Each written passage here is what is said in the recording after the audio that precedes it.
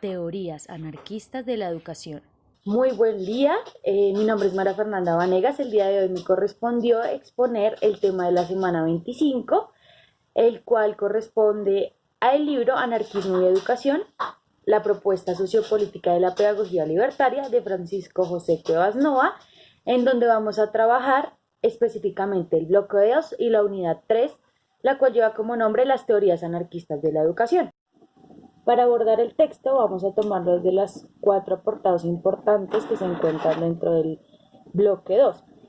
El primero es la pedagogía libertaria, el segundo es la educación de carácter no directivo, el tercero es la educación de carácter sociopolítico, el cuarto la desescolarización.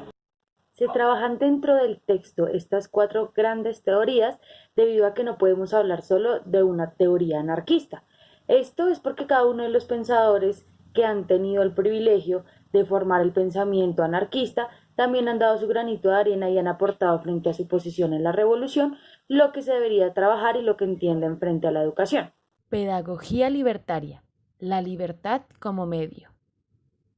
Dentro de la pedagogía libertaria vamos a encontrar 3 pedagogías importantes. La primera, el antiautoritarismo. La segunda, la educación integral. Y la tercera, la autogestión pedagógica. Antiautoritarismo. Práctica libre del pensamiento y autonomía moral. La teoría del antiautoritarismo se basa principalmente en el rechazo de la autoridad, pero dentro de la teoría nos explican que existen 2 tipos de autoritarismo, el autoritarismo negativo y el autoritarismo positivo. Nos lo explican para poder entender a qué se refieren con el rechazo a la autoridad. Lo primero, el autoritarismo negativo es educar rechazando totalmente la autoridad. ¿Qué tipo de autoridad? Entonces vamos a rechazar las autoridades de organismos como la religión, la economía y el Estado, ya que estos organismos perpetúan las relaciones arbitrarias de poder y sumisión. Es decir, que vamos a encontrar un ente de poder y vamos a encontrar personas que están segregadas a ese tipo de poder. Entonces, esto es lo que va a rechazar completamente el antiautoritarismo. ¿Qué se espera dentro del autoritarismo negativo? Entonces, lo que se quiere es que los estudiantes, los docentes y todos los involucrados dentro del proceso educativo rechacen y no reproduzcan o perpetúen los sistemas de la organización de autoridad, como ya lo hemos mencionado. Ya viendo qué es el autoritarismo negativo y qué es lo que no esperamos dentro del proceso educativo en esta teoría, pasamos entonces a entender el autoritarismo positivo, que sería la forma adecuada en llevar el autoritarismo dentro de los procesos de enseñanza. Primero, entonces, el autoritarismo positivo es paidocéntrico. Siempre nos vamos a centrar en el niño o en el estudiante.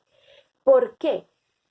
Porque esto permite trabajar desde los intereses y las libertades del niño. Nosotros nos vamos a enfocar siempre en lo que quiere el niño, en lo que espera el niño, para poder realizar esos procesos y entender tanto sus intereses y permitirle sus libertades.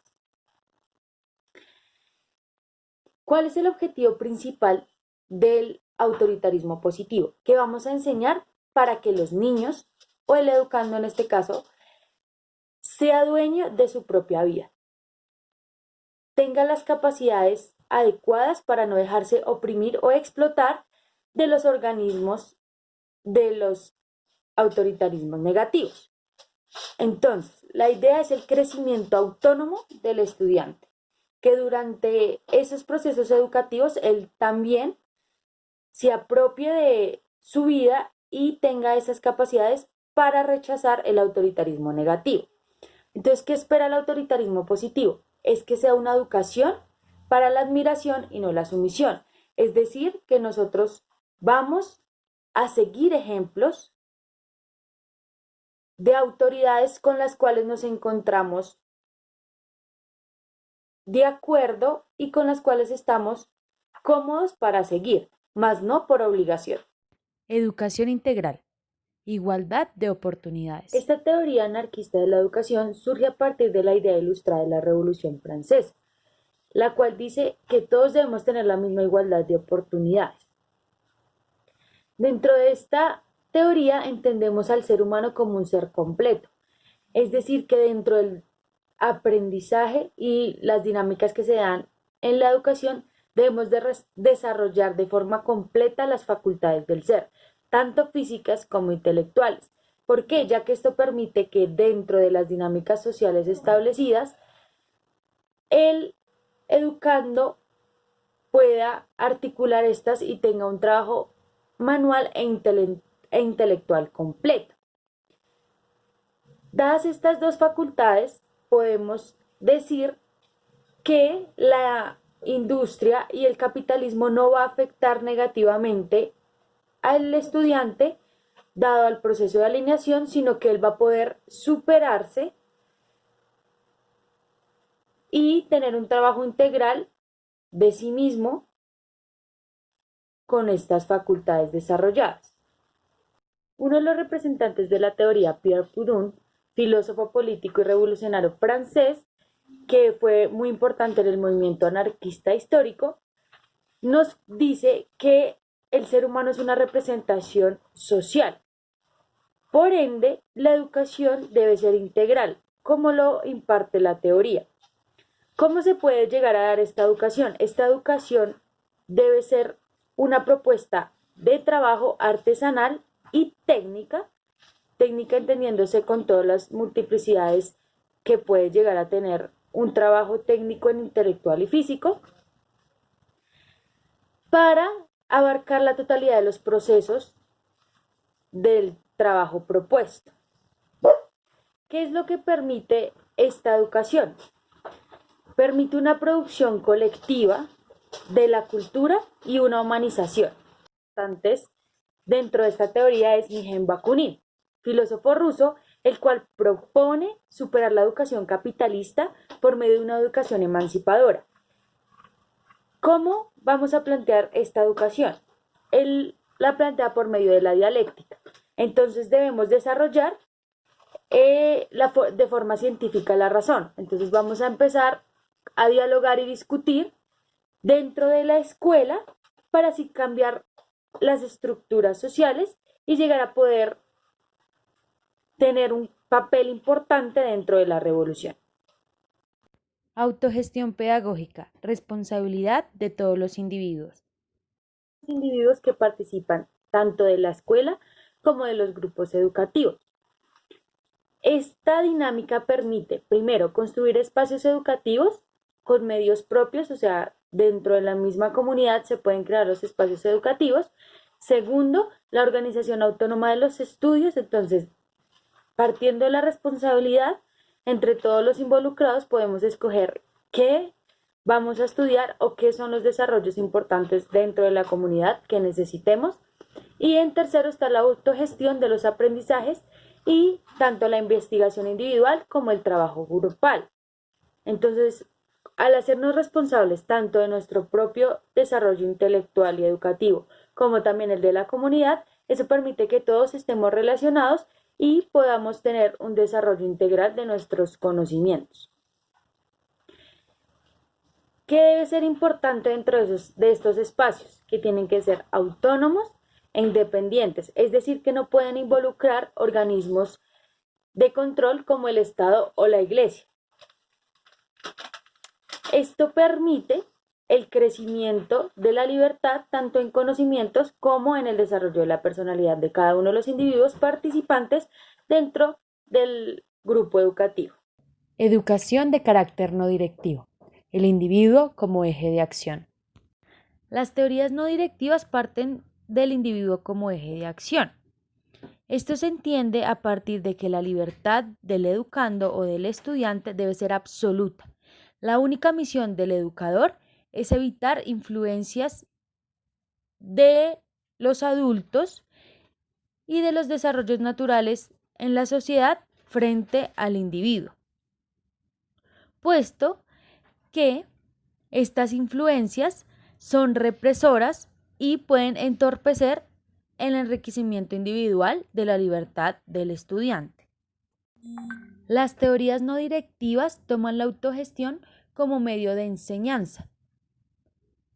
Esto quiere decir que se educa por la libertad. Educamos para que el estudiante encuentre por sí mismo su libertad. Para esta teoría tenemos tres representantes importantes. Todos se basan en el hecho de que el individuo no debe ser influenciado o manipulado tanto por la sociedad, por el docente o por los círculos de la sociedad que lo rodean. El primero es Max Stirner, el cual su teoría se basa en el individualismo, es decir, que el individuo es absoluto, no hay influencia de la sociedad o de los que lo rodean. Este tipo de educación permite, primero, la elección particular de las creencias del individuo. Cada uno elige qué creer y qué no creer. Lo segundo es que favorece la creatividad para formar espíritus libres, ya que el individuo por sí solo puede decidir qué hacer y qué no hacer. El segundo representante es Richard Sea. Tenemos aquí el neutralismo pedagógico, es decir, que los contenidos y los valores que vamos a impartir a nuestros educandos deben ser neutrales. No se enseñan verdades absolutas ni verdades indiscutibles, sino que se ponen a una cierta prueba de experimento para que cada uno de los individuos decida si la toma como verdadera o no. Lo que permite es evitar dogmatismos, o sea, no vamos a introducir a los estudiantes a creer algo que puede convertirse en un dogma. En esta educación, el niño o el estudiante tiene la absoluta libertad de escoger. Entonces va a escoger lo que se le enseña, lo que quiere conocer, que cree, la verdad a la que se sienta más cómodo con su propia libertad. El tercer representante es León Tolstoy. Aquí vemos la libertad para los niños. Esta teoría me parece a mí que es muy radical, ya que quiere evitar toda influencia tanto de la civilización como de los que lo rodean. Entonces, para un desarrollo espiritual, mental y físico completo del individuo en su plena libertad, considera que debe estar en la naturaleza fuera de la civilización. Aquí también igualmente el educando y la escuela instruye, mas no educa, ya que nosotros no podemos impartirle una verdad absoluta al estudiante.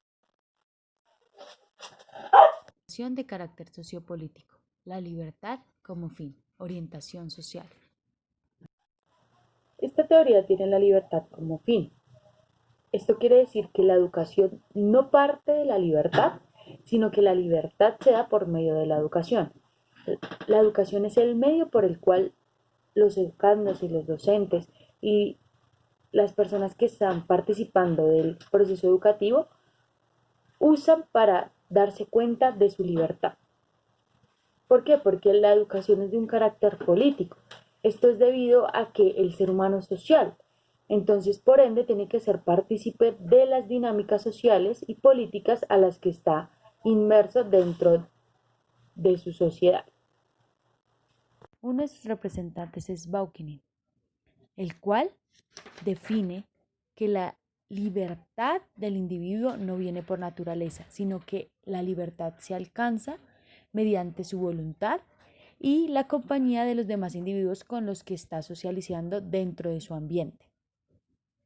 La libertad, por tanto, no es una facultad innata, sino que es una construcción social y una conquista social de la cual todos hacemos parte. Para Bakunin, el proceso de educación se va a hacer continuo. La autoridad dentro de la educación debe existir, dado que los niños no tienen la voluntad e inteligencia moral para decidir sobre su libertad. A medida que el niño va creciendo, su voluntad también y por ende la autoridad va disminuyendo, consiguiendo así el crecimiento también de su libertad. Para los representantes Ferrer y Guaidía, la educación es un problema político. por ende, no debería ser impartida ni por la burguesía ni por la iglesia, ya que ellos controlan la mentalidad de los estudiantes para introducirlos dentro de su dogma.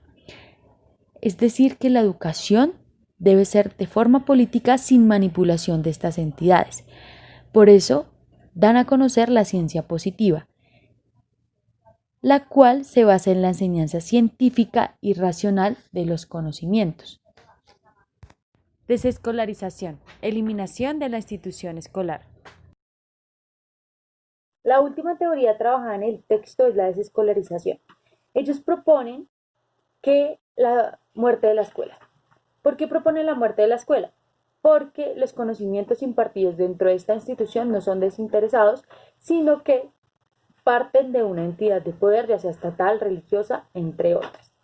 ¿Qué proponen entonces para quitar la escuela y seguir aún así orientando a los individuos al conocimiento y el saber? Proponen crear instituciones, invertir en instituciones al servicio de todas las personas con las tecnologías y recursos necesarios para el conocimiento, sin ningún tipo de obligatoriedad, sino que cada persona o individuo va a estas instituciones voluntariamente y decide por sí mismo qué conocimiento debería y encuentra pertinente para su vida. Dentro del texto toman dos importantes representantes. Iván Illich, el cual dice que las escuelas deberían proporcionar las tecnologías y recursos necesarios para una educación y que la escuela debería ser una unidad descentralizada que estimula la convivencia y la jovialidad. No es de carácter obligatorio y está a disposición de todo público al cual se quiera orientar o dirigir la institución. ¿Qué garantiza esta escuela? Garantiza información y aprendizajes útiles para la vida del ser o del individuo, en este caso, que esté decidiendo ir a esta institución a orientarse. El otro es Paul Goldman, el cual dice que debemos conservar las escuelas, dado que en ciertas edades no se encuentra esa voluntad de querer ir a orientarse, de querer ir a conocer la verdad. Entonces debemos conservar la escuela por niveles y por edades, dadas sus circunstancias. Lo que permite esto es que la convivencia entre discípulos y maestros sea necesaria en cuanto a la edad. Conociendo ya las 4 categorías que trabaja este apartado y cómo son sus dinámicas dentro de la educación, partiendo de que no tengo la interacción adecuada con mis compañeros y de que no estamos en la presencialidad, propongo el poder reflexionar si dentro de nuestro quehacer y práctica docente estaríamos dispuestos a llevar a cabo alguna de estas teorías y el por qué, si se acomoda a nuestros ideales y si sería factible llevarlo a cabo dentro de las instituciones educativas que se encuentran actualmente en Colombia, tanto públicas como privadas.